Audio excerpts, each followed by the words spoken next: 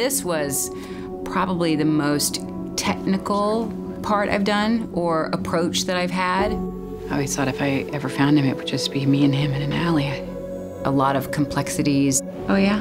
And where's he been the last 13 years? Highly charged scenes. Everybody's running around trying to blow this thing up. He's the dude. More than I've ever experienced before.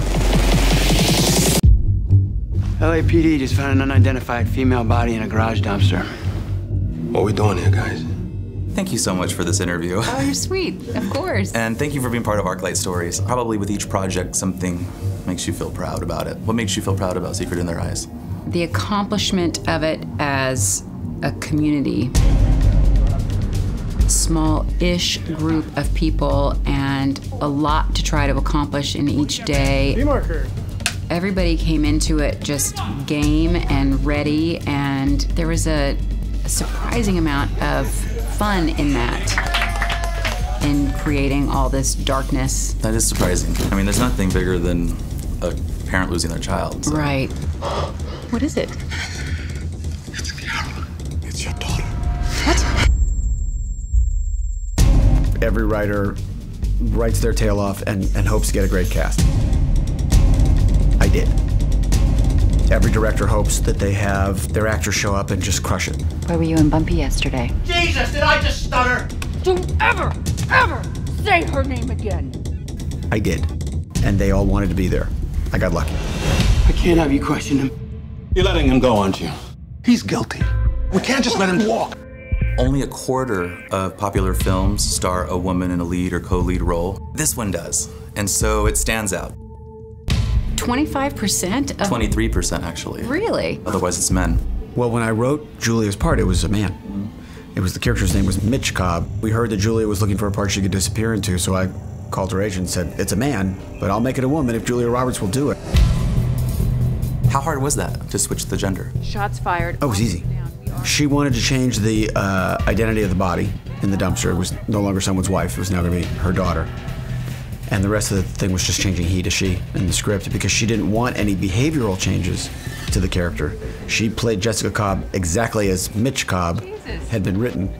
And I think that's a lot of what makes the character so interesting, at least for me. I mean, just think about it. By changing the gender, all the stereotypes it busts up on the front end. Right. You know, like now you've got a female detective, a female, like, gritty law enforcement agent. And the way she and Chiwetel kid each other at the beginning of the movie, that's how two guys would talk. You know, you could just ask her out. The beauty from Harvard Law, the blue-collar fed from the wrong side of Brooklyn. Don't be a dick. Let's talk about process. I interviewed Anthony Hopkins once. I was very lucky. I know. Oh my God. He says that he memorizes a script over and over. He'll read a script 100 times so that it's burned into his head. What's one of the cornerstones of your process? That I only read it once.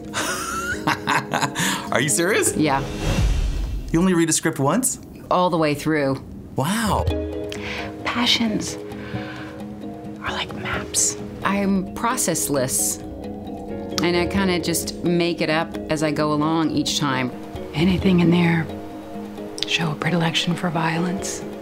I like that lack of process, because it sort of leaves you open. And part of that, being a good actor, probably is remaining open. Well, yeah, I hope so. I mean, a lot of times I feel floundering and like, you know, especially when I'm with Chiwetel and Nicole, and they're very precise and technical, and it fascinates me, and I think I just want to be more actory, you know, and less kind of fly by the seat of my pants, but this was definitely an interesting undertaking in that way. We've had multiple leads. They've all been false alarms. And Jess dies a little bit every single time. When you look at the up-and-coming actors and artists of the world, what do you wish you may have known 20 years ago, 30 years ago?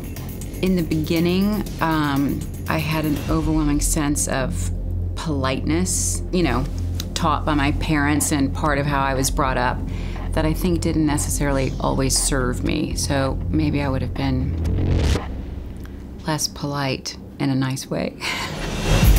He can quit his job, he can change his name, he can dump his car, but I will still find him.